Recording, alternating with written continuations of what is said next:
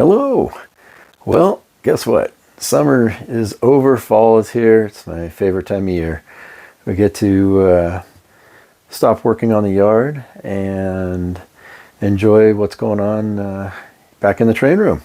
And lucky for me, tomorrow is starting a Lionel half-price parts sale. I'm filming this on the 26th of September, and so that'd be the 27th, 28th, and 29th. They're selling the parts supposedly half price, so I'm going to try to get in on that deal. I will add the link to the show notes if you're able to catch this before it's too late. So just like that, I'm going to go ahead and dig into some of these engines that possibly need replacement smokers, or I have a B unit that I'm looking at that could possibly need a replacement motor for the smoker. And I'm also going to pick up I have a Polar Express, a Hogwarts Express, and there's a couple other engines that utilize basically the same smokers. I'm going to go ahead and pick up a couple of those diodes that are smokers that often burn out just because they get ran without the smoke fluid in them for just a short while. So I'm going to go ahead and tear into that also. But what I need to do first is I'm going to dig through my pile of boxes here and see if I can find the actual part numbers for those engines so that I can make sure that I order the right parts. So just like that, let me see, I'll grab my cup of eggnog here that I purchased at Costco already and get started. Real quick, this is the B unit that I'm talking about. When I purchased it, it had a little bit of a squeak to the when I turned the smoke on, and lo and behold, I think either the motor's gone out or the smoker itself has died. So I'm going to go ahead and open that up and take a look at it with power on the track and see if I can identify exactly what's going on. And if I do need to replace some parts, I'm going to go ahead and grab that box, like I said, get the actual model number of this unit so that I make sure that I get the right stuff the first time. Because nothing like the having to purchase stuff twice, which I've done so many times before in the past.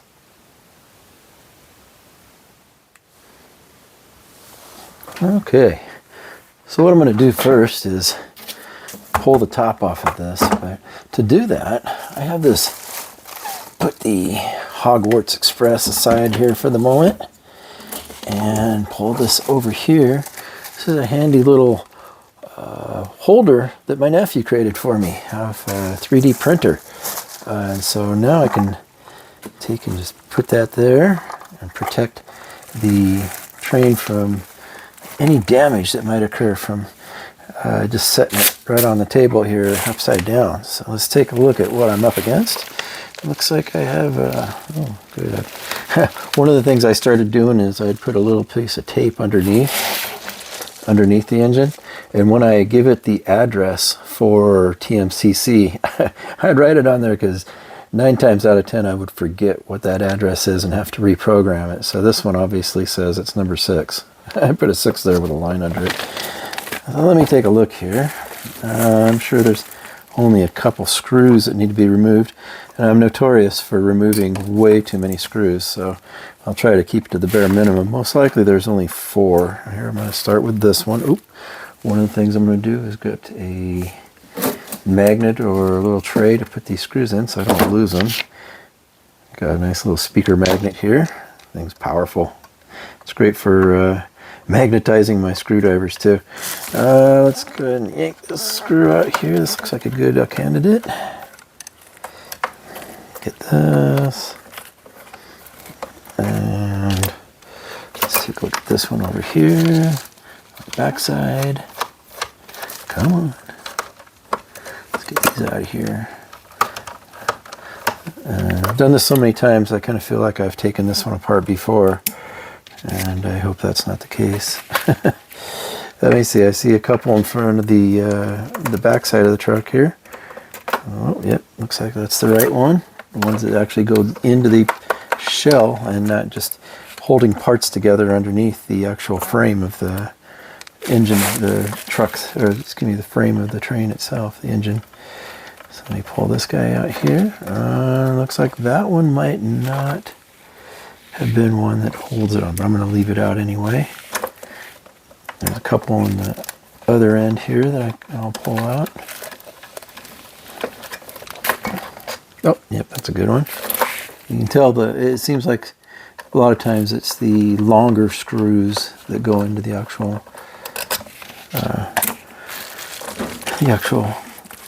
oh, yep, there, sure enough. Okay, so I see that I didn't need to remove that small one there. I'm going to put it back before I forget where it came from. Come on. Oops. Oh, dear. Oh, let's get this back in there.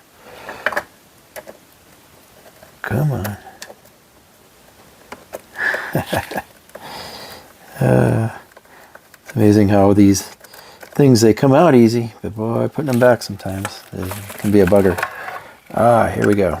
So here we are looking at a B unit to my F7s. I'll make sure that I can actually see this in the picture. Yep. Here's the smoker that's in question. Here's the antenna for the TMCC. So I pull this guy off here, and smells like I did the clove smoke last. Let's take a look here. I'm not seeing anything weird. Now here's the motor I was talking about. This motor, I've had one go out before, so it wouldn't surprise me if this one went out too. But I'm going to make sure that that's what it is by putting it back on the track, powering it up, and taking a look at what's going on. I'm going to take and pull these screws out here on the top also. Set those aside, just so I can get to the fan that's inside the smoker here. Now mind you, I'm no Lionel repairman, so I'm kind of just doing this with from what I've done in the past. And it seems to have worked so far, but I definitely will make sure that I want to make sure that let's take a look here. I try not to break anything. Now, upon inspecting the actual smoker coil right here, I don't see any problems with that. It's not burnt. It's not. I've seen some come out of these smokers that are just completely toasted, and they're. It's obvious because it's a little winding around the coil itself, and that thing goes out. So I'm not seeing anything there. The little fan thing seems to be spin freely, which is good. It's not frozen, but that's what I'm talking about right here. You can see the actual fan right here that blows your smoke out. So now what I'm going to do is I'm going to take and power up the track and see what this thing does. Oh, excuse me there. It's that Harry Potter ghost train back there that I left on the track, and it's making all kinds of noise. Just a moment here. So this is what I'm talking about. Oh, come on.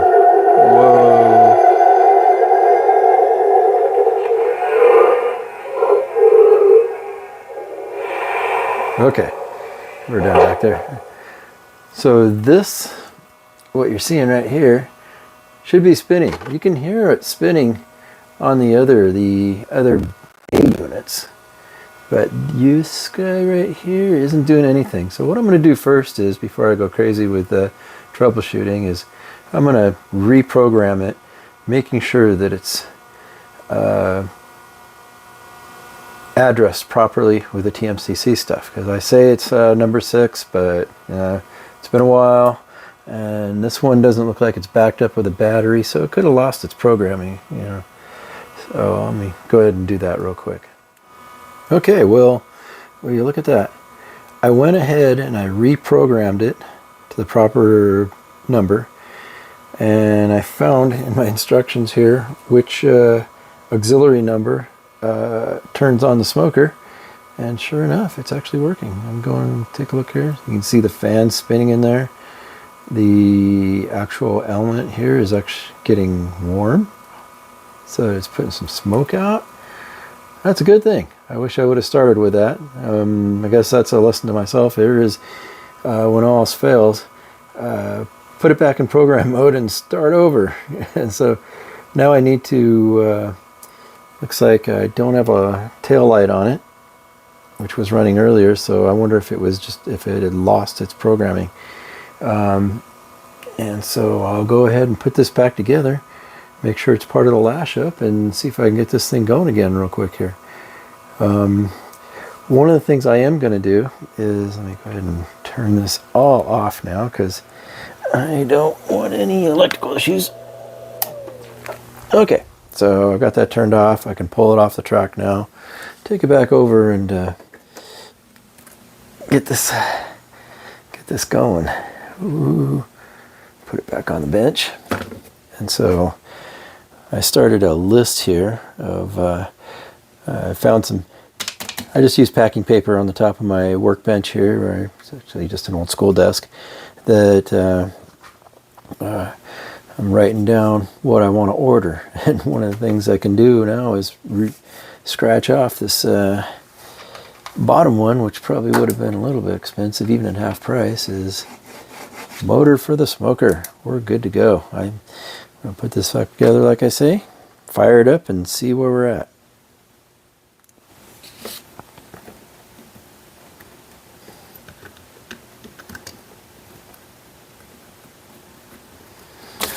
I do want to mention that even though I didn't need to take this off, it was a good idea to take a look at that cotton, or not cotton, the wadding they put in there for the smoker, because if that stuff does get burnt and starts to harden around the element, it will burn it out. I mean, I've seen it, like I say, I've seen it in my diesels over there, that F7s, that pulled it apart, and it was quite hard, and there was no way for the heat to dissipate once that stuff gets worn out, I think.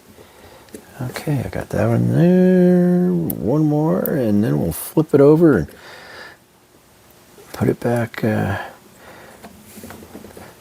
make it look like it should. Oh.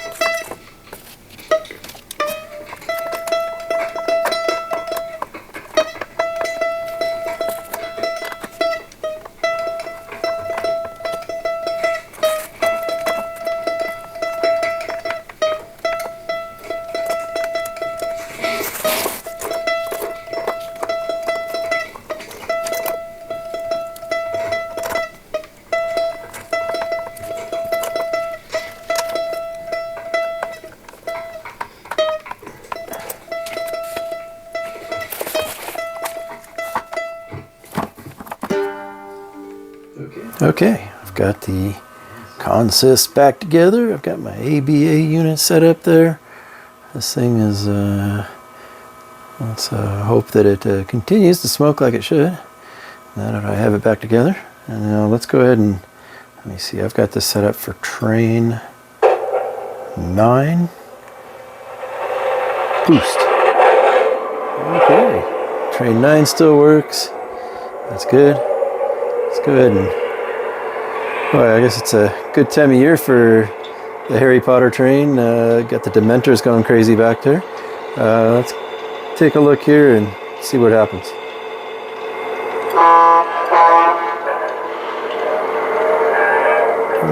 Let's reverse this guy.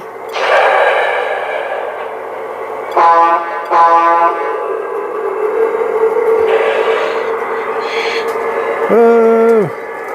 There's a tree on the track. Oh, dead. Shorted out. Why? Okay, let me pause this and see what's going on.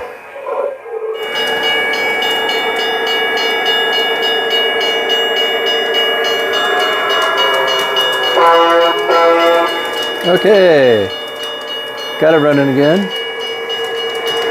I'm going to stop it here for a moment, add some smoke fluid, make sure that all that's after sitting around for a while, it's not dry.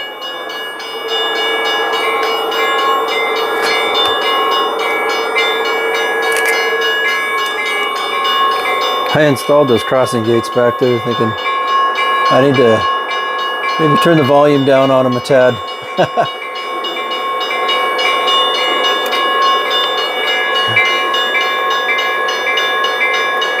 I use the Mega Steam smoke fluid. It's never gave me any problems. Let me go ahead and see if that's make sure it gets down in there. Let's give it a go.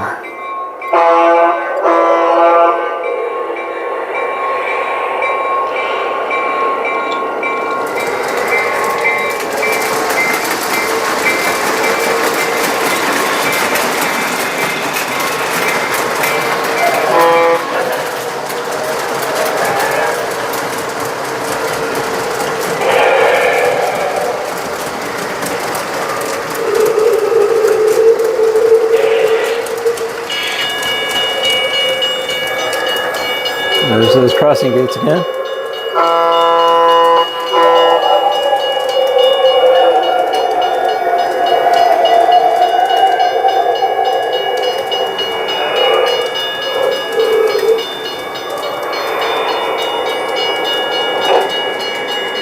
It's just not putting out the smoke that I would like. I'd like that thing to be cranking away, and it's just not doing it. So,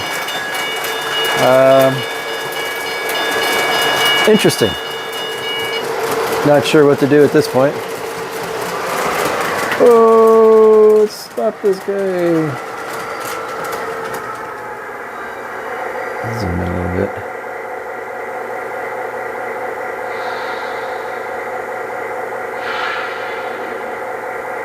So you can see what's going on back there. I had the IR sensor on the left-hand side there that picks up when the train goes by. It's an old piece of Lionel technology from way back, and it still works just fine.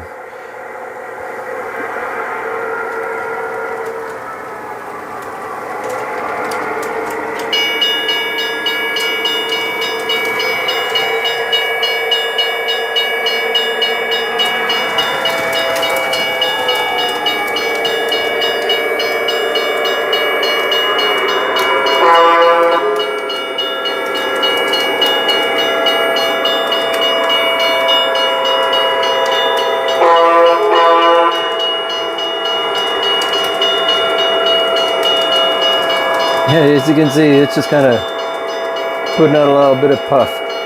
I'll have to throw something out on the forum to see if anybody has any ideas of what I might be missing. Maybe there's a setting to crank up the volume of smoke that these things put out. So I'll play with that a little bit. That was my main focus for today, is just to play around with that and see what I could do to make it work again. So with that, I will wrap it up. Whoa, boy, that's noisy. So expect more videos in the near future as we roll into the winter season. Thank you.